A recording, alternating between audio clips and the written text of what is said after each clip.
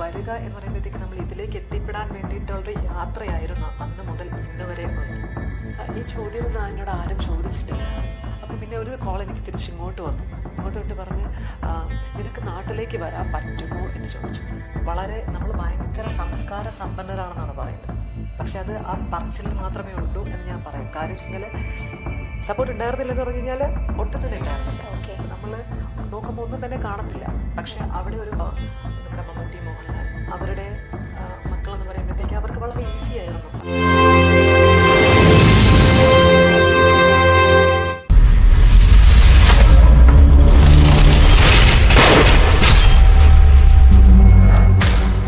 കലാരംഗത്തും മറ്റ് മേഖലകളിലും പ്രതിഭകൾ എപ്പോഴും ഉണ്ടായിക്കൊണ്ടിരിക്കും. പക്ഷെ അതിൽ ആരാണ് ആദ്യം വന്നത് എന്നതിലാണ് കാര്യം. അങ്ങനെ ഒരുപാട് പ്രതിസന്ധികൾ മറികടന്ന് കേരളത്തിലെ, ഇന്ത്യയിലെ, ഒരു പക്ഷെ ലോകത്തിലെ തന്നെ ആദ്യത്തെ ട്രാൻസ് വുമൺ, ഭരതനാട്യത്തിൽ ആദ്യത്തെ ട്രാൻസ് വുമൺ ആണ് നമ്മുടെ ജാനകി മാം. മാമിന് ഈ വേദിയിലേക്ക് സ്വാഗതം. മാമിന് ഒരുപാട് അവാർഡുകൾ കിട്ടിയിട്ടുണ്ട്. 2 നാഷണൽ അവാർഡ്, 1 ഇന്റർനാഷണൽ അവാർഡ് കിട്ടിയിട്ടുണ്ട്. സോ മാം ഇത്രയും ഒരു വലിയ അച്ചീവ്മെന്റിലേക്ക് വന്നപ്പോൾ മാമിന് എന്താണ് തോന്നുന്നത്? ഇപ്പം നമ്മൾ ഒരു നാഷണൽ അവാർഡ് അല്ലെങ്കിൽ ഒരു ഇന്റർനാഷണൽ അവാർഡ് എന്ന് പറയുമ്പോഴത്തേക്ക് എല്ലാ വ്യക്തികളെ പോലെയും തന്നെ അതിനുള്ളൊരു ഒരുപാട് സ്ട്രഗിൾസ് ഉണ്ട് നമുക്ക്. ആ സ്ട്രഗിൾസിലൂടെയാണ് നമ്മൾ ഈ ഒരു വലിയൊരു ടൈറ്റിലേക്ക് നമ്മൾ എത്തിപ്പെടുന്നത്. അപ്പോൾ എല്ലാവരുടെയും ഹാർഡ് വർക്ക് എന്ന് പറഞ്ഞൊരു ഘടകം അതിൽ വളരെ ഇമ്പോർട്ടൻ്റ് ആണ്. നമ്മുടെ ഒരു ഹാർഡ് വർക്ക് എത്രത്തോളം നമ്മൾ എന്താ പറയുക, അത് ചെയ്യാനായിട്ട് നമ്മുടെ മാനസികമായിട്ടും ശാരീരികമായിട്ടും നമ്മൾ എത്രത്തോളം കേപ്പബിൾ ആണ്, അല്ലെങ്കിൽ നമുക്കത് ചെയ്യാൻ സാധിക്കും എന്നുള്ളതിനെ ഡിപ്പെൻഡ് ചെയ്തിരിക്കും ബാക്കി മുന്നോട്ടുള്ള കാര്യങ്ങൾ.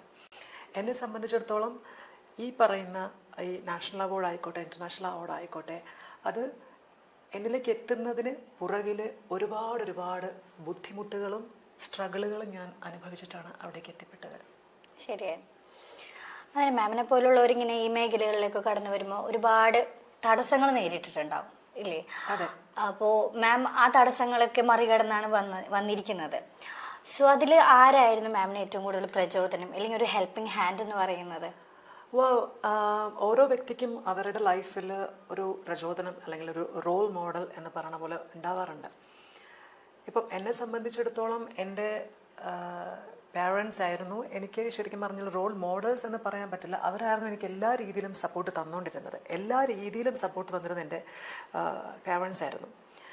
പക്ഷേ എനിക്ക് കലാരംഗത്തിലേക്ക് കടന്നു വന്നു, വളരെ സീരിയസ് ആയിട്ട് കലാരംഗത്തിലേക്ക് കടന്നു വന്നപ്പോഴത്തേക്ക് എന്താണ് സംഭവിച്ചതെന്ന് ചോദിച്ചു കഴിഞ്ഞാൽ അവിടെ ഈ പറയുന്ന സഹായിക്കുന്നതിനുള്ള അല്ലെങ്കിൽ നമ്മളെ സപ്പോർട്ട് ചെയ്യുന്നതിനുള്ള കരങ്ങൾ അവിടെ മിക്കവരും കാണിക്കാതായി. കുറവായിരിക്കും. കാര്യം എന്താണെന്ന് ചോദിച്ചു കഴിഞ്ഞാൽ എല്ലാവർക്കും അവരുടെ ഒരു കാര്യം മാത്രമാണ്. ഇപ്പോൾ ഒരു പുരുഷനായിരിക്കുന്ന സമയമാണെങ്കിലും സ്ത്രീ ആയിരിക്കുന്ന സമയമാണെങ്കിലും 2 ഘട്ടത്തിൽ ഇരിക്കുന്ന സമയമാണെങ്കിലും നമ്മളുടെ കഴിവിനെ ഷോക്കേസ് ചെയ്യണമെന്ന് ഉണ്ടെങ്കിൽ അതിനെ ഇനിഷ്യേറ്റീവ് എടുക്കേണ്ടത് നമ്മൾ മാത്രമാണ്. അല്ലാതെ എന്താ പറയുക, ഒരുപാട് ആൾക്കാരുണ്ട് ഇങ്ങനെ ഒരുപാട് സപ്പോർട്ടോട് കൂടി മുകളിലേക്ക് വരുന്നത്. കാര്യം അവരുടെയൊക്കെ രക്ഷിതാക്കൾ എന്ന് പറയുമ്പോഴത്തേക്ക് ആ തനത് മേഖലയിൽ വളരെ സജീവമായിട്ട് നിൽക്കുന്ന ആൾക്കാരായിരിക്കും. ഇപ്പം എക്സാമ്പിളൊക്കെയാണ് പറയണമെങ്കിൽ ഇപ്പോൾ സിനിമാ ഫീൽഡിലൊക്കെ തന്നെയാണെങ്കിലും നമ്മുടെ മമ്മൂട്ടി, മോഹൻലാൽ, അവരുടെ മക്കളെന്ന് പറയുമ്പോഴത്തേക്ക് അവർക്ക് വളരെ ഈസി ആയിരുന്നു. അവരുടെ ഒരു പാതയിലേക്ക് കടന്നു വരാനായിട്ട് വളരെ എളുപ്പമായിരുന്നു. നമ്മളെ സംബന്ധിച്ചിടത്തോളം അങ്ങനെയല്ല. നമ്മളിപ്പം എത്ര കഴിവുണ്ട് എന്നുള്ളതിലല്ല കാര്യം, നമുക്ക് ആ പാതയിലേക്ക് എങ്ങനെ വരാൻ സാധിക്കും എന്നുള്ളതിനെ ഡിപ്പെൻഡ് ചെയ്തിരിക്കും. ഓക്കെ, എനിക്ക് തോന്നുന്നു മാമിന് ഒരു അവാർഡ് കിട്ടിയത് പുരുഷനായിരുന്ന സമയത്തായിരുന്നു ഒരു അവാർഡ് കിട്ടിയത്, അടുത്തത് ഒരു സ്ത്രീ ആയിരുന്ന സമയത്തായിരുന്നു അടുത്ത അവാർഡ് കിട്ടിയത്. സോ രണ്ടും മാം മെന്റലി അതിനെ നോക്കിക്കാണുമ്പോൾ ഒരുപാട് ഡിഫറൻസ് ഉണ്ടെന്ന് എനിക്ക് തോന്നുന്നു ഇല്ലേ? സോ ഏറ്റവും കൂടുതൽ സന്തോഷം ഏത് രീതിയിൽ അംഗീകരിക്കപ്പെട്ടപ്പോഴാണ് ഏറ്റവും കൂടുതൽ സന്തോഷം മാമിന് തോന്നിയത്? നമ്മളിപ്പം ഇന്ന് ഞാനിവിടെ നിങ്ങളുടെ മുൻപിൽ ഒരു സ്ത്രീ ആയിട്ടാണ് ഇരിക്കുന്നത്. എല്ലാവർക്കും അറിയാം, ഒരു സ്ത്രീ ആയിട്ടാണ് നിങ്ങളുടെ മുൻപിൽ ഇരിക്കുന്നത്. അപ്പോൾ ഒരു പുരുഷനായിരുന്ന സമയത്തും ഞാൻ ഒരു നാഷണൽ അവാർഡ് കിട്ടുകയുണ്ടായി, ഒരു ഇന്റർനാഷണൽ അവാർഡും അതുപോലെ തന്നെ തിയേറ്ററിൽ കിട്ടുകയുണ്ടായി. ഞാൻ എന്താ പറയുക, സ്വത്വത്തിൽ നിന്നും നമ്മളിപ്പോൾ ഇതിലേക്ക് വരിക എന്ന് പറയുമ്പോഴത്തേക്ക് നമ്മൾ ഇതിലേക്ക് എത്തിപ്പെടാൻ വേണ്ടിയിട്ടുള്ളൊരു യാത്രയായിരുന്നു അന്ന് മുതൽ ഇന്ന് വരെ ഉള്ളത്. അപ്പോൾ ശരിക്കും പറഞ്ഞു കഴിഞ്ഞാൽ അവിടുന്ന് ഇപ്പം ആൺകുട്ടിയായിരുന്ന സമയത്ത് നമ്മൾ ഒരുപാട് സ്ട്രഗിൾ ചെയ്തു, നമ്മൾ ഒരുപാട് വർക്കൗട്ട് ചെയ്തു. അങ്ങനെയാണ് നമ്മളുടെ ഒരു ലൈഫിൽ ഒരു നല്ലൊരു സ്റ്റേബിൾ ആയിട്ടുള്ള ഒരു എന്താ പറയുക ഒരു നല്ലൊരു ജീവാംശം ഉണ്ടാക്കിയെടുത്തിരുന്നുണ്ട്. ശരിക്കും പറഞ്ഞാൽ നമുക്കത് എന്താ പറയുക, എനിക്കത് ചെയ്യാൻ സാധിക്കും എന്നുള്ളത് നമുക്കത് ഉണ്ടാക്കിയെടുത്തത് ആ സമയത്താണ്. അപ്പോഴും നമുക്ക് ആ സമയത്ത് പോലും, ആൺകുട്ടിയായിരുന്ന സമയത്ത് പോലും എനിക്ക് ഉള്ളില് ഒരു സ്ത്രീ ആവണമെന്ന് തന്നെയായിരുന്നു ആഗ്രഹം. നമുക്ക് ആ സ്ത്രീ ആകണം. ആ സ്ത്രീ ആയിക്കഴിഞ്ഞ് കഴിഞ്ഞാൽ എന്നെ അംഗീകരിക്കുന്നുണ്ട്. പക്ഷെ ഒരു സ്ത്രീ ആയതിനു ശേഷം എങ്ങനെ അംഗീകരിക്കപ്പെടും എന്നുള്ളതിനെ പറ്റി ഞാൻ ചിന്തിച്ചിരുന്നില്ല. ഞാൻ ചിന്തിച്ചിട്ടുണ്ടായിരുന്നില്ല. കാര്യം വെച്ച് കഴിഞ്ഞാൽ കല നമ്മൾക്ക് കഴിവുണ്ടെന്നുണ്ടെങ്കിൽ ഡെഫിനറ്റ്ലി എവ്രിബഡി വിൽ റെക്കഗ്നൈസ്. നമ്മളുടെ കല എന്ന് പറയുമ്പോഴത്തേക്ക് ഇപ്പോൾ നമ്മളൊരു സർക്കിളിനുള്ളിൽ, ഇപ്പം ഒരു എംപ്റ്റി ആയിട്ടുള്ള ഒരു സർക്കിളിനുള്ളിൽ നമ്മൾ നോക്കുമ്പോൾ ഒന്നും തന്നെ കാണത്തില്ല. പക്ഷെ അവിടെ ഒരു പൂ കൊണ്ട് വെച്ച് കഴിഞ്ഞാൽ അവിടെ ഒരു പൂവിരിപ്പുണ്ട്. ആ പൂവിനെ റെക്കഗ്നൈസ് ചെയ്യണമെന്നുണ്ടെങ്കിൽ ഡെഫിനറ്റ്ലി എന്താ പറയുക, ആ പൂവിന് അതിൻ്റെ കളറ്, അതിൻ്റെ ബ്യൂട്ടി, അതിൻ്റെ ഫ്രാഗ്രൻസ്, ഈ പറയുന്ന എല്ലാ കാര്യങ്ങളും അതിലുള്ളത് കൊണ്ട് മാത്രമാണ് ആ പൂവിനെ നമ്മൾ നോട്ടീസ് ചെയ്യപ്പെടുന്നത്. അപ്പം നമ്മളിലെ കഴിവ്, നമ്മുടെ ടാലൻറ്റ് നമ്മുടെ കയ്യിലുണ്ട് എന്നുണ്ടെങ്കിൽ എവിടെ ഇരുന്ന് കഴിഞ്ഞു കഴിഞ്ഞാലും നമുക്കത് വെളിയിലേക്ക് കൊണ്ടുവരാൻ സാധിക്കും എന്നുള്ളതാണ് എൻ്റെ ഒരു അഭിപ്രായം. പക്ഷെ എനിക്ക് തോന്നുന്നു അതിനുള്ളൊരു ചുറ്റുപാടും അതിനനുസരിച്ച് ഉണ്ടാവണ്ടേ. നമുക്ക് അതിലേക്ക് ഇപ്പോൾ ഒരു പൂവിൻ്റെ കാര്യം പറയുമ്പോഴും നമ്മൾ അതിൻ്റെ സൗന്ദര്യം ആസ്വദിക്കണമെന്നുണ്ടെങ്കിൽ നമുക്ക് അതിന് പറ്റിയൊരു ചുറ്റുപാടും ഉണ്ടാവണ്ടേ. സോ മാമിൻ്റെ ആ ഒരു സറൗണ്ടിങ് എങ്ങനെയായിരുന്നു അത്? എൻ്റെ ചുറ്റുപാടിനെ സംബന്ധിച്ചിടത്തോളം അതിനാണ് ഞാൻ നേരത്തെയും സൂചിപ്പിച്ചത്. എന്നെ ഞാൻ തന്നെയാണ് മോട്ടിവേറ്റ് ചെയ്തുകൊണ്ടിരുന്നത്. ഇപ്പം ചെയ്യാനായിട്ട് നമ്മുടെ മുൻപിലേക്ക് ഒരുപാട് നല്ല നല്ല കരങ്ങൾ വരുന്നുണ്ടായിരുന്നു. പക്ഷെ അവരൊന്നും ജനുവനായിട്ട് നമ്മളെ സപ്പോർട്ട് ചെയ്യുന്നുണ്ടായിരുന്നില്ല. എൻ്റെ അച്ഛനും അമ്മയും ഒരുപാട് വർഷങ്ങൾക്ക് മുൻപ് മരിച്ചുപോയി. അപ്പം എൻ്റെ ശരിക്കുമുള്ള ഒരു ലൈഫിൽ, ഒരു കലാജീവിതത്തിൽ എനിക്ക് ശരിക്കും സപ്പോർട്ട് വേണ്ട സമയത്ത് എൻ്റെ അച്ഛനും അമ്മയും ഉണ്ടായിരുന്നില്ല. എൻ്റെ അമ്മ മ്യൂസീഷ്യനായിരുന്നു. അച്ഛനും അത്യാവശ്യം മ്യൂസിക്കുമായിട്ട് ബന്ധപ്പെട്ട ആളായിരുന്നു.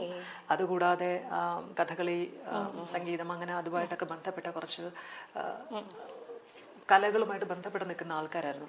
പക്ഷെ അവരുടെ മരണശേഷമാണ് ഞാൻ കൂടുതലും പ്രൊഫഷണലി രംഗത്തേക്ക് വന്നത്. അതിന് മുമ്പ് ഞാൻ ചെറിയ കുട്ടിയായിരുന്നു.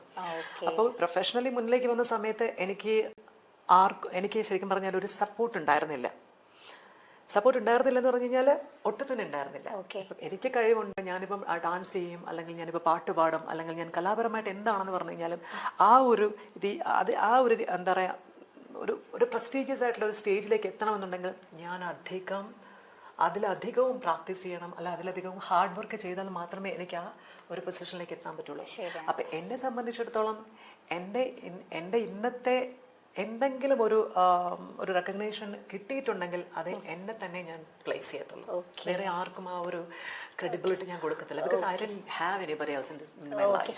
എനിക്ക് തോന്നുന്നു, ഞാൻ മാമിനെ കുറിച്ച് അറിഞ്ഞപ്പോൾ ഞാൻ മനസ്സിലാക്കിയ കാര്യം എന്താണെന്ന് വെച്ച് കഴിഞ്ഞാൽ, മാമിനെ പോലുള്ള ട്രാൻസ് വുമൻസ് അവർക്കൊരു അമ്മ അല്ലെങ്കിൽ ഒരു ഗൈഡൻസ് ഉണ്ടായിട്ടുണ്ട്. ഓക്കെ, മാമിന് അതില്ല. മാം ഒറ്റക്കാണ് എല്ലാ കാര്യങ്ങളും ചെയ്തുകൊണ്ടിരുന്നത് ഞാൻ അറിഞ്ഞു. അതെ, നമുക്ക് ശരിക്കും പറഞ്ഞാൽ ഇങ്ങനെ കമ്മ്യൂണിറ്റിയിൽ വളരെ ന്യൂ ആണ്. പക്ഷേ എന്താ പറയുക, ഈ പറയുന്ന കമ്മ്യൂണിറ്റിയിൽ നിൽക്കുമ്പോൾ പോലും നമ്മൾക്ക് കുറച്ച് ഗൈഡൻസ് എങ്ങനെയും ഉണ്ടാവും. ഇപ്പോൾ ഞാനിപ്പോൾ ഒരു ഏരിയയിൽ നിൽക്കുമ്പോഴത്തേക്ക് ആ ഏരിയയിലേക്ക് ഒരാൾ വരുമ്പോഴത്തേക്ക് ആ വരുന്ന ആൾക്ക് എന്തെങ്കിലും എൻ്റെ ഭാഗത്ത് നിന്ന് ഒരു കുറച്ചൊരു കോൺട്രിബ്യൂഷൻ ആ കുട്ടിക്ക്, അല്ലെങ്കിൽ എന്തെങ്കിലും ഒരു ഹെൽപ്പ് ആ കുട്ടിക്ക് ഇതാണ് അല്ലെങ്കിൽ അതാണ് എന്ന് പറഞ്ഞ് അവർക്ക് കൊടുക്കാനായിട്ട് നമുക്ക് നമുക്കൊരു സന്തോഷം ഉണ്ടാവും. പക്ഷേ എനിക്ക് കമ്മ്യൂണിറ്റിയിലേക്ക് വരുമ്പോഴത്തേക്ക് എനിക്ക് പ്രത്യേകിച്ച് ആരെയും അറിയത്തില്ല. എനിക്ക് ഒരു പെർട്ടിക്കുലർ ഒരു പേഴ്സന്റെ ഒരു നോളജിന്റെ പുറത്താണ് ഞാൻ വന്നത്. അപ്പോൾ ശരിക്കും പറഞ്ഞു കഴിഞ്ഞാൽ എൻ്റെ ലൈഫിൽ എനിക്ക് ഒരു റോൾ മോഡൽ എന്ന് പറയാനായിട്ട് അത് ഞാൻ എന്നെ തന്നെയാണ് പ്ലേസ് ചെയ്തിരിക്കുന്നത്. അല്ലാതെ വേറെ ഒരു എന്താ പറയുക, ഒരു പെർട്ടിക്കുലർ ആയിട്ടൊരു പേഴ്സൺ ആണ് എനിക്ക് റോൾ മോഡലായിട്ടുള്ളത്, ആളാണ് എന്നെ ഇൻസ്പയർ ചെയ്തത്, അല്ലെങ്കിൽ ആളാണ് എന്നെ ഈ ഒരു രീതിയിലേക്ക് എല്ലാം പിടിച്ച് കയറ്റി കൊണ്ടുവന്നതെന്ന് എനിക്ക് പറയാൻ പറ്റില്ല. ഞാൻ ഒരുപാട് കഷ്ടപ്പെട്ടു. ഞാൻ ആ കഷ്ടപ്പാടിൻ്റെ രീതിയിൽ ഞാൻ മുന്നോട്ട് വന്നു. ഓക്കെ, അതിന്റെ സന്തോഷം മാമിന്റെ ഫേസ് ചെയ്ത് തന്നെ കാണാൻ പറ്റുന്നുണ്ട്.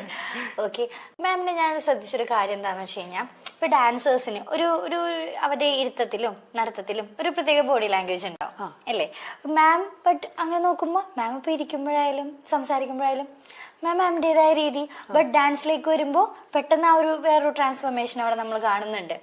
സോ അതെങ്ങനെയാണ്? ബട്ട് ഞാൻ ശ്രദ്ധിച്ചിരുന്ന പലരും ആ ഡാൻസേഴ്സ് ആകുമ്പോൾ അവർ ഇരിക്കണ നടത്തവും ഈ കൈയും അതൊക്കെ മൂവ്മെന്റ് ഒക്കെ അങ്ങനെയാണ്. ഇപ്പം ഓരോ വ്യക്തികൾക്കും അവരുടേതായിട്ടുള്ള ഒരു സിഗ്നേച്ചേഴ്സ് ഉണ്ട്. ഇപ്പോൾ ജാനകി എന്ന് പറയുന്ന ഞാനും അജ്ന എന്ന് പറയുന്ന കുട്ടിയും രണ്ടുപേരുടെയും ഒരു നേച്ചറും അവരുടെ സിഗ്നേച്ചറും എല്ലാം ഡിഫറെൻ്റ് ആണ്. ഇപ്പം ഞാൻ എങ്ങനെയാണോ എന്നെ പ്ലേസ് ചെയ്യുന്നത്, ഇപ്പം ഞാനൊരു ഡാൻസറാണ്. ഒരു ഡാൻസർ ആയതുകൊണ്ട് ഞാൻ അപ്പം എസ്പെഷ്യലി ഡാൻസേഴ്സ് നിങ്ങൾ ശ്രദ്ധിച്ചിട്ടുണ്ടോ എന്ന് അറിയത്തില്ല, അവരെപ്പോഴും കോറ് പിടിച്ചിട്ടാണ് ഇരിക്കുന്നത്. ഞങ്ങൾ കോർ ആക്ടിവേഷന് വേണ്ടിയിട്ട് ഞങ്ങൾ ഒരുപാട് ട്രെയിനിങ് ഒക്കെ എടുക്കുന്ന ആൾക്കാരായതുകൊണ്ട് ഞങ്ങൾ എപ്പോഴും നടക്കുന്ന സമയത്താണെങ്കിലും ഇരിക്കുന്ന സമയത്താണെങ്കിലും ഞങ്ങളിങ്ങനെ കോറ് പിടിച്ചിട്ടാണ് ഇരിക്കുന്നത്.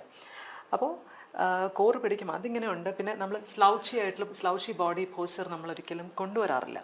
പക്ഷെ ഇവിടെ എന്ന് പറയുമ്പോഴത്തേക്ക് ചോദ്യത്തിലേക്ക് വരുമ്പോഴത്തേക്ക് എന്താ പറയുക, ഡാൻസ് എന്ന് പറയുന്ന ഒരു നൃത്തം എന്ന് പറയുന്നത് ശരിക്കും പറഞ്ഞു കഴിഞ്ഞാൽ ഒരു എന്താ പറയുക, ഒരു ഗ്രേറ്റ് ആയിട്ടുള്ള ഒരു പ്ലാറ്റ്ഫോമാണ് നൃത്തം എന്ന് പറയുന്നത്. നമുക്ക് അവിടേക്ക് എത്തിപ്പെടണമെന്നുണ്ടെങ്കിൽ അത്രയും ഈസി ആയിട്ടുള്ള കാര്യമല്ല.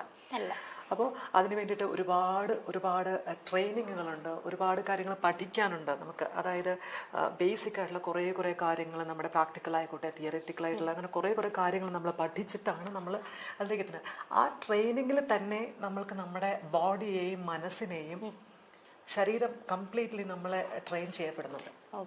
അപ്പോൾ നമ്മൾ ഡാൻസ് ചെയ്യേണ്ട സമയത്ത് ഇപ്പം നമുക്കൊരു മ്യൂസിക് കേട്ട് കഴിഞ്ഞാൽ, ഒരു പാട്ട് കേട്ട് കഴിഞ്ഞ് കഴിഞ്ഞാൽ നമുക്ക് ഇമ്മീഡിയറ്റ്ലി ഒരു സംഗീതം കേൾക്കുമ്പോഴത്തേക്ക് അതിനനുസരിച്ചിട്ടൊരു നർത്തകി അല്ലെങ്കിൽ ഒരു നർത്തകൻ ആ പാട്ട് ആളിന് ശരിക്കും പറഞ്ഞാൽ ആസ്വദിക്കാൻ പറ്റുന്നുണ്ടെന്നുണ്ടെങ്കിൽ പെട്ടെന്ന് തന്നെ ആളുടെ ബോഡിയിൽ ഒരു വൈബ്രന്റ് ഉണ്ടാവും. പെട്ടെന്ന് തന്നെ എണീറ്റിട്ട് അതിലേക്കൊന്ന് ലയിച്ചിട്ട് ആ ഒരു എന്താ പറയുക, അതിലൊന്ന് ഇൻവോൾവ് ആയിട്ട് കുറച്ചൊരു ചെറിയൊരു മൂവ്മെന്റ്സ് ഒക്കെ വരും. പക്ഷേ സാധാരണ രീതിയിലേക്ക് വരുമ്പോഴത്തേക്ക് എന്താ നോർമലായിട്ട് അങ്ങനെ തന്നെ. പക്ഷേ ഈ കോർ ആക്ടിവേഷൻ എന്നുള്ള സംഭവം അവർ നട്ടെല്ലും ഈ കോറും എപ്പോഴും ഇങ്ങനെ തന്നെ പിടിച്ചിട്ടാണ് നിൽക്കുന്നത്.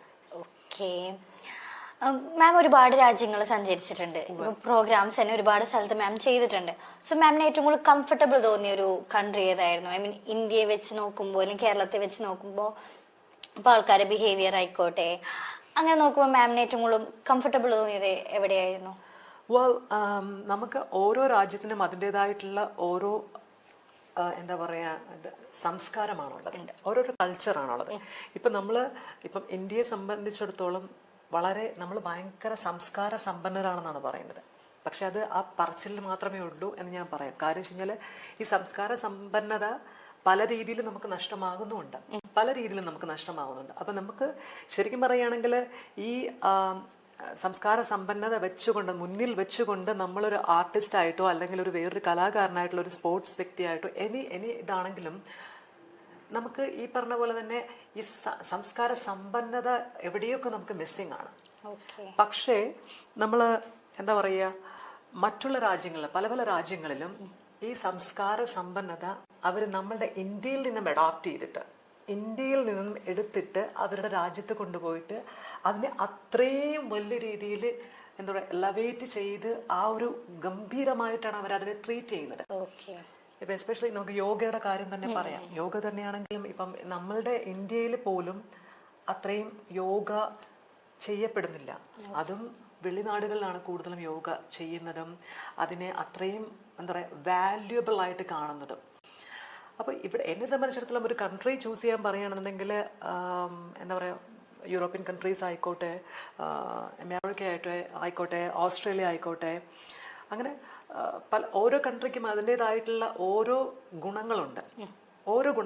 എനിക്ക് ശരിക്കും പറഞ്ഞു കഴിഞ്ഞാൽ നമ്മൾ ഒരു കല അല്ലെങ്കിൽ ഒരു കലാകാരനെ ഒരു കലാകാരിയെ അംഗീകരിക്കുന്നതിൽ കൂടുതലും അക്സെപ്റ്റൻസ് ഉള്ളത് വെളിനാടുകളിലാണ്. ഇവിടെ കുറച്ചൊരു ഈഗോ അല്ലെങ്കിൽ കോംപ്ലക്സ് ഈ പറയുന്ന കാര്യങ്ങളൊക്കെ വളരെ കൂടുതലായിട്ടുള്ള സ്പെഷ്യൽ ട്രാൻസ്ഫോമൻസും കൂടി ആവുമ്പോൾ ഉള്ള ഒരു അവരാ നോക്കിക്കാണുന്ന ഒരു രീതി ഡിഫറെന്റ്. ഇതിപ്പോ ഒരു ട്രാൻസ് വുമനായിട്ട് നമ്മളിപ്പോ ഒരു പ്ലാറ്റ്ഫോമിലേക്ക് കടന്നു വരുമ്പോഴത്തേക്ക് നമ്മളൊരു നല്ല രീതിയിൽ നൃത്തം ചെയ്യുകയാണെങ്കിൽ, അല്ല നല്ല രീതിയിൽ പാട്ട് പാടുകയാണെങ്കിൽ, അല്ല നല്ല രീതിയിൽ അഭിനയിക്കുകയാണെന്നുണ്ടെങ്കിൽ നമുക്ക് ശരിക്കും പറഞ്ഞു കഴിഞ്ഞാൽ നമ്മൾ ഇപ്പം ഈ നല്ല രീതിയിൽ ചെയ്യുന്നു. പക്ഷേ അതേസമയം മറ്റുള്ളവർ ക്ലാപ്പ് ചെയ്യുമെങ്കിൽ പോലും അവരുടെ മനസ്സിൽ അത്രയും നല്ലതായിട്ടല്ല അവർ ക്ലാപ്പ് ചെയ്യുന്നത്. അവർക്ക് ഇവള് അല്ലെങ്കിൽ ഇവൻ നന്നായിട്ട് ചെയ്യുന്നുണ്ടല്ലോ, ഇപ്പം ചിലപ്പോൾ നാളെ ഇവൻ ഇതിലും നല്ല സ്റ്റേജ് കിട്ടിയേക്കാം. എല്ലാവരും ഉണ്ടെന്ന് അങ്ങനെ പറയില്ല. ആൾക്കാരുണ്ട്, ഇങ്ങനെയും ചിന്തിക്കുന്ന ആൾക്കാരുണ്ട്. അപ്പൊ ട്രാൻസ് വ്യക്തി ആയിരിക്കുന്ന സമയത്ത് പോലും എന്താ പറയാ, നമ്മളുടെ കാര്യം മാത്രം നോക്കി എന്തോ ആയിക്കോട്ടെ, കലയായിക്കോട്ടെ, മറ്റുള്ള പല കാര്യങ്ങളായിക്കോട്ടെ, ആ കാര്യം മാത്രം നോക്കി മുന്നോട്ട് വരികയാണെന്നുണ്ടെങ്കിൽ നമുക്കൊരു കോൺഫ്ലിക്റ്റും അല്ല ഒരു പ്രശ്നങ്ങളും നമുക്ക് ഉണ്ടാവില്ല എന്നുള്ളതാണ് എൻ്റെ ഒരു വിശ്വാസം. ഞാൻ അങ്ങനെയാണ് പോകുന്നത്. മാം ഇപ്പോൾ യോഗേനെ പറ്റി പറഞ്ഞല്ലോ. മാം ഒരുപാട് രാജ്യങ്ങൾ സഞ്ചരിച്ചിട്ടുണ്ട്, താമസിച്ചിട്ടുണ്ട്. സോ അവിടെ യോഗേനെ ട്രീറ്റ് ചെയ്യുന്നതും പിന്നെ നമ്മൾ ട്രീറ്റ് ചെയ്യുന്നതും തമ്മിലുള്ള ഒരു ഡിഫറൻസ് മാം പറഞ്ഞതിൽ നിന്ന് എനിക്ക് മനസ്സിലായി. സോ അതൊന്ന് കൂടുതലായിട്ടൊന്ന് എക്സ്പ്ലെയിൻ ചെയ്യാൻ പറ്റും. മാമിന് അതെങ്ങനെയാണ് എക്സ്പീരിയൻസ് ആയെന്ന്? ഷുവർ. അതായത് എന്നെ സംബന്ധിച്ചിടത്തോളം ഈ പറയുന്ന പോലെ തന്നെ പല പല രാജ്യങ്ങളിലും, നമ്മുടെ ഇന്ത്യയും അല്ലെങ്കിൽ അതുപോലെ തന്നെ പല പല രാജ്യങ്ങളിലും നമ്മുടെ ഇന്റർനാഷണൽ യോഗ ഡേ ആണ് ഏറ്റവും കൂടുതൽ യോഗ ആ പേരിന് ജസ്റ്റിസ് കൊടുക്കുന്ന രീതിയിൽ അവർ ചെയ്തു പോകുന്നത്. പക്ഷേ യോഗ ദൈനംദിനമായിട്ട് അതായത് ഡെയിലി ബേസിസിൽ ആരൊക്കെയാണ് ചെയ്യുന്നത് എന്ന് ചോദിച്ചു കഴിഞ്ഞാൽ വളരെ വളരെ ചുരുക്കം ആൾക്കാർ മാത്രമേ ഉള്ളൂ.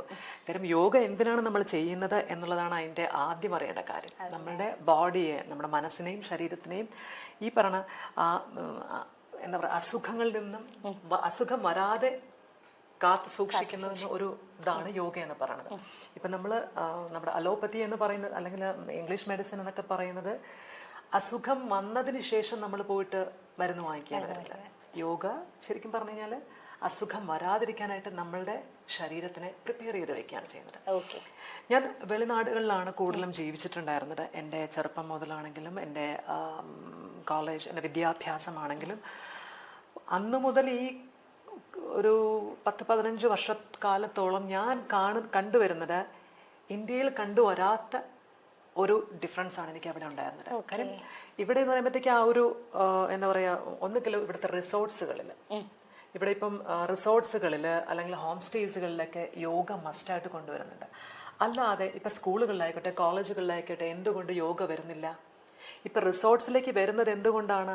അവിടെയും ഫോറിനേഴ്സ് വരുന്നതുകൊണ്ട് അവർക്കും അവിടെ വരുന്നത് ഒരു അട്രാക്റ്റീവ് ഒരു അല്ലെങ്കിൽ അട്രാക്റ്റഡ് ആയിട്ടുള്ള ഒരു പോയിന്റാണ് യോഗ എന്ന് പറയുന്നത്. അപ്പോൾ ശരിക്കും പറഞ്ഞു കഴിഞ്ഞാൽ ഈ ഫോറിനേഴ്സിനെ അട്രാക്ട് ചെയ്യുന്നതിന് വേണ്ടിയിട്ട് നമ്മുടെ ഇന്ത്യ കാണിക്കുന്ന ഒരു പ്രഹസനം പോലെയാണിത്. ഇതുണ്ടെങ്കിൽ മാത്രമേ അവരിവിടെ വന്നിട്ട് ഇത് ചെയ്യുള്ളൂ. പക്ഷേ ആ ഫോറിനേഴ്സ് എന്തുകൊണ്ടാണ് ഈ പറയുന്ന യോഗ എന്ന് പറയുന്ന സംഭവം ഉണ്ടെങ്കിൽ അതിലേക്ക് അട്രാക്റ്റഡ് ആവുന്നത്? അതിന്റെ ബെനിഫിറ്റ്സ് അവർക്കറിയാം എന്താണെന്നുള്ളത്. അപ്പൊ ആ ബെനിഫിറ്റ്സിനെ മനസ്സിലാക്കി അത്രത്തോളം ഗ്രേറ്റ് ആയിട്ട് മനസ്സിലാക്കിയിട്ട് അവരതിനെ ഡെയിലി അവരുടെ ദൈനംദിന ജീവിതത്തിലേക്ക് അതിനെ കൊണ്ടുവന്നത് കൊണ്ടാണ് അവർക്ക് ഇവിടെ വരുമ്പോഴാണെങ്കിൽ പോലും ആ യോഗ ഡിസ്കണ്ടിന്യൂ ചെയ്യാതെ കണ്ടിന്യൂ ചെയ്തിട്ട് അതിനുള്ളൊരു പ്ലേസ് അവരുണ്ടാക്കുന്നതും കണ്ടെത്തുന്നതും. പിന്നെ എന്നെ സംബന്ധിച്ചിടത്തോളം ഓരോ രാജ്യത്തും ഞാൻ പറഞ്ഞല്ലോ, ഓരോ രാജ്യത്തിനും അതിൻ്റെതായിട്ടുള്ള ഒരു ഡിഫറൻസ് ഉണ്ട്. അപ്പോൾ ഇവിടെ ഞാൻ കണ്ട രീതിയിലുള്ള യോഗയല്ല പുറത്ത് കാണുന്നത്. കാര്യം അതിന് അത്രയും ഭയങ്കര ഡിവൈനായിട്ട് കാണുന്നതാണ്. ഭയങ്കര ഡിവൈനായിട്ടാണ് അവിടുത്തെ ആൾക്കാർ കാണുന്നത്. ഇവിടെ ഈ പറഞ്ഞത് പോലെ തന്നെ കമേഴ്ഷ്യലി നമുക്ക് പൈസയ്ക്ക് വേണ്ടിയിട്ട് ഡെഫിനറ്റ്ലി നമുക്ക് പൈസ അത്യാവശ്യമായിട്ടുള്ളൊരു ഘടകമാണ്. പൈസ വേണം. അതുകൂടാതെ നമുക്കിതുപോലെ തന്നെ ഓരോരോ റിസോർട്ട്സ് ആയിക്കോട്ടെ അല്ലെങ്കിൽ അതുപോലെ തന്നെ ഈ പറഞ്ഞ പോലെ തന്നെ ടൂറിസ്റ്റുകളെ വേണ്ടിയിട്ട് മാത്രമുള്ളൊരു ഇതായിട്ട് ഇപ്പൊ കണ്ടുവരുന്നുണ്ട്. അപ്പൊ അത് എത്രത്തോളം നല്ലതാണ് ചീത്തയാണ് എന്ന് പറയാനായിട്ട് ഞാൻ ആളല്ല. ഇപ്പൊ മാഡം പറഞ്ഞല്ലോ സ്കൂളുകളിലൊന്നും യോഗനെ അധികം പ്രൊമോട്ട് ചെയ്യുന്നില്ല. കൂടുതലും എനിക്ക് തോന്നുന്നു കൂടുതലും കരാട്ടെ മറ്റേ അങ്ങനത്തെ മാർഷൽ ആർട്സ് ഒരു മെയ്ക്കരുത്തും ഇപ്പൊ കുട്ടികൾക്കായിക്കോട്ടെ കൂടുതലും സ്ത്രീകൾക്കായിക്കോട്ടെ മെയ്ക്കരുത്ത് കൂടുതൽ ഇമ്പ്രൂവ് ചെയ്യാനായിട്ടുള്ളതാണ് സ്കൂളുകളിൽ നിന്ന് തന്നെ ഇപ്പൊ പഠിപ്പിച്ചു വരുന്നത്. എനിക്ക് തോന്നുന്നു നമ്മുടെ ഇപ്പോഴത്തെ സൊസൈറ്റിക്ക് ഏറ്റവും കൂടുതൽ വേണ്ടത് എസ്പെഷ്യലി ഒരു വുമൻസിന് പെൺകുട്ടികൾക്ക് ഏറ്റവും കൂടുതൽ വേണ്ടത് എനിക്ക് തോന്നുന്നു അങ്ങനത്തെ കുറച്ച് കാര്യങ്ങളാണെന്ന്. ഇതിപ്പോ പെൺകുട്ടികൾക്ക് മാത്രമല്ല യോഗ ചെയ്യുന്നത് ബേസിക്കലി നമ്മളൊരു ഫൈറ്റിനോ അല്ലെങ്കിൽ ഈ പറയുന്ന പോലെ തന്നെ ഒരാളെ അടിച്ചിടാനോ അങ്ങനെയുള്ള കാര്യങ്ങൾക്കൊന്നും വേണ്ടിയല്ല യോഗ ചെയ്യുന്നത്. ഞാൻ നേരത്തെ പറഞ്ഞതുപോലെ തന്നെ നമ്മളുടെ ശരീരത്തിന് വളരെ ബ്യൂട്ടിഫുൾ ആയിട്ട് അല്ലെങ്കിൽ വളരെ ഹെൽത്തി ആയിട്ട് നമ്മുടെ ശരീരത്തിനെ ഒരു എന്താ പറയാ ഒരു നിശ്ചിത ആയുസ് വരെ നല്ല രീതിയിൽ കൊണ്ട് വയ്ക്കുന്നതിന് വേണ്ടിയിട്ടുള്ള ഒരു നല്ലൊരു ടൂളാണ് യോഗ എന്ന് പറയുന്നത്. അപ്പൊ അത് സ്കൂളുകളിൽ ശരിക്കും പറഞ്ഞാൽ ഇപ്പം ഇന്റർനാഷണൽ സ്കൂൾസിൽ നമ്മൾ പോവുകയാണെന്നുണ്ടെങ്കിൽ, ഇന്റർനാഷണൽ എന്ന് ഞാൻ എടുത്ത് പറയുകയാണ്, ഇന്റർനാഷണൽ സ്കൂൾസിൽ ഇവിടുത്തെ ഇന്റർനാഷണൽ സ്കൂൾസിൽ പോവുകയാണെന്നുണ്ടെങ്കിൽ അവിടെ ഈ പറയുന്ന യോഗ എന്ന് പറഞ്ഞ സംഭവം ഉണ്ട്. പക്ഷേ അതേസമയം നമ്മളുടെ നാട്ടിലത്തെ സ്കൂളുകൾ, സാധാരണ സ്കൂൾ, ഗവൺമെന്റ് സ്കൂൾ ആയിക്കോട്ടെ അല്ലെങ്കിൽ മാനേജ്മെന്റ് സാധാരണ സ്കൂളായിക്കോട്ടെ, അവിടുത്തെ സ്കൂളിൽ വരുമ്പോഴത്തേക്ക് നമുക്കവിടെ യോഗ കാണാനില്ല. അല്ലെങ്കിൽ ഞാനിപ്പം ഒരു ഗവൺമെൻറ് സ്കൂളിൽ പോയപ്പോഴത്തേക്ക് പണ്ട് അവിടെ മ്യൂസിക് എന്ന് പറഞ്ഞ സബ്ജക്റ്റ് ഉണ്ടായിരുന്നു, പാട്ട്. പക്ഷെ ഇപ്പോൾ ആ ഒരു പോസ്റ്റ് ഇല്ല. ഇല്ല ഇല്ല ഇല്ല. ഇപ്പൊ ആ പോസ്റ്റും ഇല്ല, ഡാൻസ് എന്ന് പറയുന്ന പോസ്റ്റും ഇല്ല, യോഗ എന്ന് പറയുന്ന പോസ്റ്റും ഇല്ല. അതൊക്കെ എന്താ പറയാ എടുത്ത് മാറ്റിയിരിക്കുകയാണ്. ഓക്കെ, കൂടുതൽ സ്റ്റഡീസിനെ കോൺസെൻട്രേറ്റ് ചെയ്തേക്ക്. സ്റ്റഡീസിന് കോൺസെൻട്രേഷൻ വേണം, പക്ഷെ നമ്മൾ സ്റ്റഡീസ് മാത്രമല്ല നമ്മുടെ ഒരു കുട്ടികളുടെ ഒരു അക്കാഡമിക്സ് എന്ന് പറയുന്നത്. അതിൽ ഒരുപാട് കാര്യങ്ങൾ ചേർന്നതാണ് നമ്മുടെ അക്കാഡമിക്സ് എന്ന് പറയുന്നത്. അപ്പൊ ഇതൊക്കെ എടുത്ത് മാറ്റി. പക്ഷേ ഇന്റർനാഷണൽ സ്കൂൾസ് അവര് അതിനെ ഈ പറഞ്ഞ എക്സ്ട്രാ കരിക്കുലർ ആക്ടിവിറ്റീസിന് അതുപോലെ നല്ല ഇമ്പോർട്ടൻസ് കൊടുത്തുകൊണ്ടാണ്. കാര്യം എന്താ പറയാ, ഒരുപാട് വെളിയിൽ നിന്നുള്ള ആൾക്കാരും അവിടെ പഠിക്കുന്നുണ്ട്, കുട്ടികൾ വെളിയിൽ നിന്നുള്ള ആൾക്കാരുടെ കുട്ടികൾ അവിടെ പഠിക്കുന്നുണ്ട്. അവരുടെ കൾച്ചർ കണ്ടു വളർന്നവരായിരിക്കും അവര്. അപ്പൊ ഇതൊക്കെ അവിടെ കാണപ്പെടുന്നുണ്ട്. അതാണ് ഞാൻ നേരത്തെ പറഞ്ഞൊരു പോയിന്റ്. നാട്ടിലും അവിടത്തെയുമായിട്ട് ഒരു ഹ്യൂജ് ഡിഫറൻസ് എനിക്ക് കാണാൻ പറ്റുന്നുണ്ട്. നമ്മുടെ നാട്ടില് ഗവൺമെന്റ് സ്കൂളിൽ ഡെഫിനറ്റ്ലി ഇപ്പൊ നമ്മുടെ പ്രധാനമന്ത്രി ആയിക്കോട്ടെ, നമ്മളുടെ എന്താ പറയാ നമ്മുടെ മുഖ്യമന്ത്രി ആയിക്കോട്ടെ, സ്കൂളുകളിൽ കുട്ടികൾക്ക് അവരുടെ ആരോഗ്യത്തിന്റെ ഭാഗമായിട്ട് ഇപ്പോ ഇത് വേണം, എന്താണ് നമ്മുടെ യോഗ വേണം, അല്ലെങ്കിൽ സംഗീതം വേണം, കല വേണം. ഇപ്പൊ അതിനൊക്കെ എക്സ്ട്രാ ഒരു ടീച്ചറെ വച്ച് പഠിപ്പിക്കുകയാണ് ചെയ്യുന്നത്, അല്ലാതെ ഒരു സബ്ജക്റ്റ് ആയിട്ട് അത് കൊടുക്കുന്നില്ല. അപ്പൊ അതൊക്കെ കൊണ്ടുവരേണ്ടതായിട്ടുണ്ട്. അല്ലെങ്കിൽ മുന്നേ ഉണ്ടായിരുന്ന ആ ഒരു കാര്യങ്ങളൊക്കെ അത് ഇനിയും നമ്മുടെ സ്കൂളുകളിലേക്ക്, സാധാരണ സ്കൂളുകളിലും അല്ലെങ്കിൽ എന്താ പറയുക ഇപ്പൊ ഇന്റർനാഷണൽ സ്കൂളുകൾ പോലെയുള്ള സ്കൂളുകളെ പോലെ നമ്മുടെ സാധാരണ സ്കൂളുകളിലേക്കും ഈ പറയുന്ന സബ്ജക്ട്സുകൾ കൊണ്ടുവരണം എന്ന് ഞാൻ ആഗ്രഹിക്കുന്നുണ്ട്. Okay ma'am. ഇപ്പൊ നമുക്ക് ഓരോ വ്യക്തികൾക്കും ഒരുപാട് കഴിവുകളുണ്ട്. നമുക്ക് പാട്ട് പാടാൻ കഴിവുണ്ടാവും, ഡാൻസ് കളിക്കാൻ കഴിവുണ്ടാവും. ബട്ട് മാമിന്റെ കറക്റ്റ് ഫോക്കസ് ഈ ഭരതനാട്യം അല്ലെങ്കിൽ ക്ലാസിക്കൽ ഡാൻസ് എന്ന ഒരു മേഖലയിലേക്ക് അതെപ്പോഴാണ് മാം തിരിച്ചറിഞ്ഞത്?